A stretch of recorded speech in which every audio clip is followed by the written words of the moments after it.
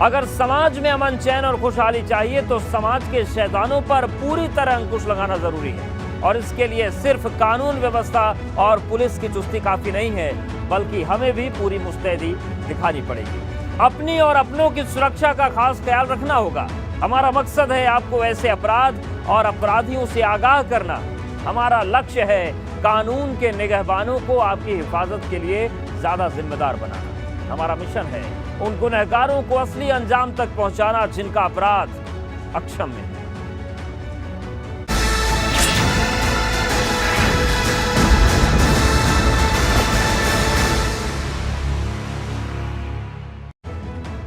आज अक्षम्य में शुरुआत करेंगे गैंगस्टर का जमीनखोर गैंग नेता अफसर का काला गठजोड़ के साथ, क्योंकि भूमाफिया यशपाल तोमर के खिलाफ तूफानी रफ्तार में एक्शन का बुलडोजर चल पड़ा है।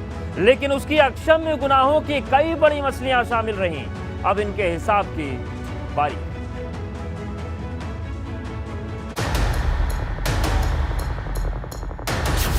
गैंगस्टर की क्राइम मंडली, बड़े बड़ों की कलई खुली। ब्लैकमेलर का माया जाल उत्तराखंड तक शातिर चाल।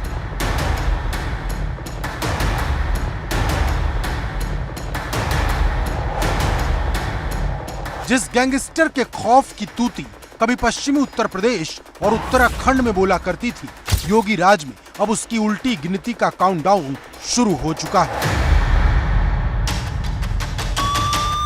भूमाफिया यशपाल तोमर की काली कमाई पर एक्शन का बुलडोजर चलने लगा है।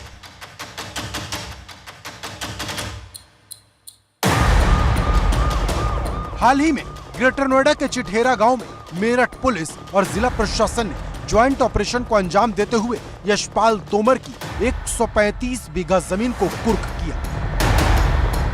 जबकि इसी तरह की कार्रवाई हरिद्वार के ज्वालापुर में भी अंजाम दी गई।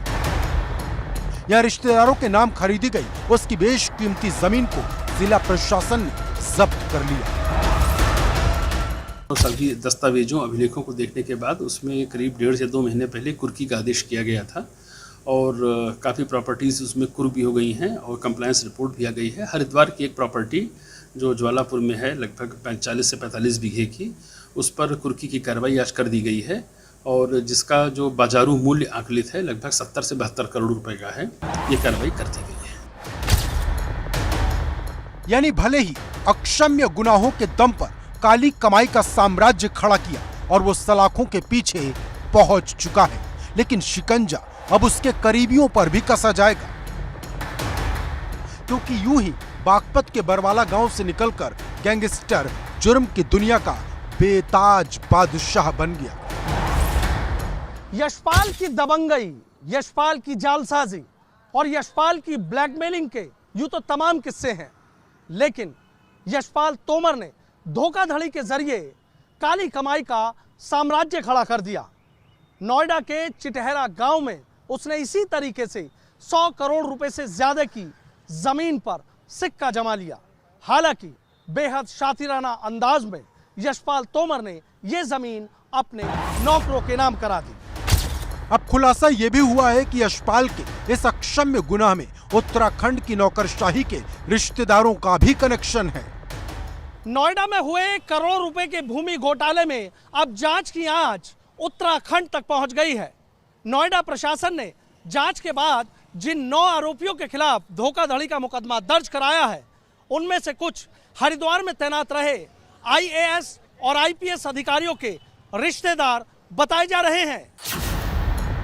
उत्तराखंड के 2 IAS और 1 IPS अफसर के सगे संबंधियों के खिलाफ ग्रेटर नोएडा के दादरी में जमीन खरीद फरोख्त में फर्जीवाड़े का मुकदमा दर्ज हुआ है। IAS मीनाक्षी सुंदरम के ससुर M भास्करन के खिलाफ मामला दर्ज हुआ है।